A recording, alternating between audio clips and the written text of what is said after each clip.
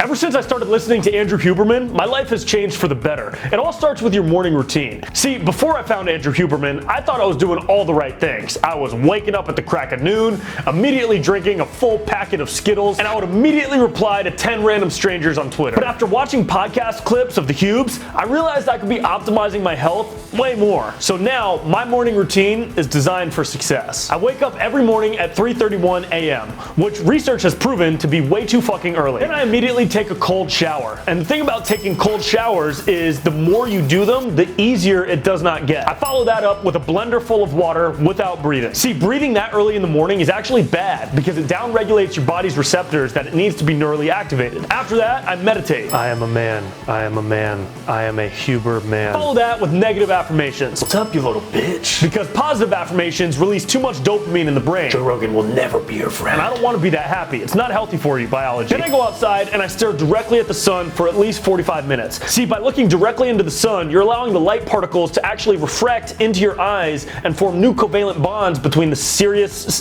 part of your eyes and the preus sionis part of the retina. And that allows new light to assimilate into your eye structure. It's actually what hunters used to do in ancient Mesopotamia over 400 million years ago. And when they would go out hunting, they would look at the sun first. You research it, science history. Then I do some grounding by touching my bare feet to the dirt, and my nipples, and my bare penis. By touching your bare body to the earth, you're actually recharging your lymphatic drainage system to be able to drainage lymphatically even more than it was before. Did you know that the human penis can go your entire lifetime without ever making contact with the earth? Then it's time to journal. Usually whatever comes to mind, whether it's lyrics, poetry, a manifesto. Because when you let your creativity come through you, you're also allowing your blood flux capacitors to open up and re-engage the dystopian system in your mind that allows for the neurologic connectional pathways to maintain symbiosis throughout the neurology of the neurotropics. Follow that with an 8-ball of athletic greens. Sure, it's more expensive, but it's 3 times more bioavailable than the leading cocaine. Then it's time for me to read some Tony Robbins. I read it twice so that my syntax fluorescent pathways can integrate the corticeptual material into my neurologically aligned platelets,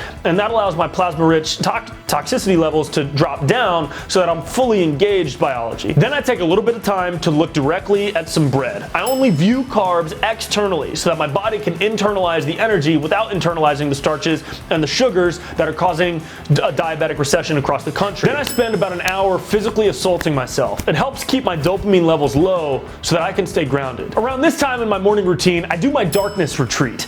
I lock myself in my closet for up to 45 minutes. Because when you deprive your body of its basic senses, you activate the metabolic catatonic cannibalistic frolic lymphatic system, which in turn expands the pipelines through which your mechanisms have the ability to function and science works. The next part of my morning routine is to watch Andrew Huberman videos for 2 hours while drinking another blender of water. My morning workout is a super important part of my morning routine. I usually do a combination of CrossFit, HIIT workouts, and anything else that can be considered a self-inflicted felony. Some people think I take my workouts too seriously, but to those people I say, David Goggins, bitch! After that, I take another cold shower and I tell at least 19 more people about it. I take cold showers! Now is the part of my morning routine where I begin my nighttime routine. I start by taking my magnesium supplements, which help science words by biochemical reactions in the human anatomy terminologies to help transform your biology phrase here. Now at this point in my nighttime routine, the pre-Huberman me would have watched porn. Now I go to sleep with a kettlebell placed directly on my penile region to prevent any unwanted erectile activity that could lead to a spike in dopamine. Now it's about 7:30 p.m. and it's time for me to go straight to sleep so that I can get a solid 8 hours in order to wake up refreshed and ready for my morning routine. By Hubermanizing myself, I've actually aligned my own neurochemistry, neurobiology, neuroplasticity into becoming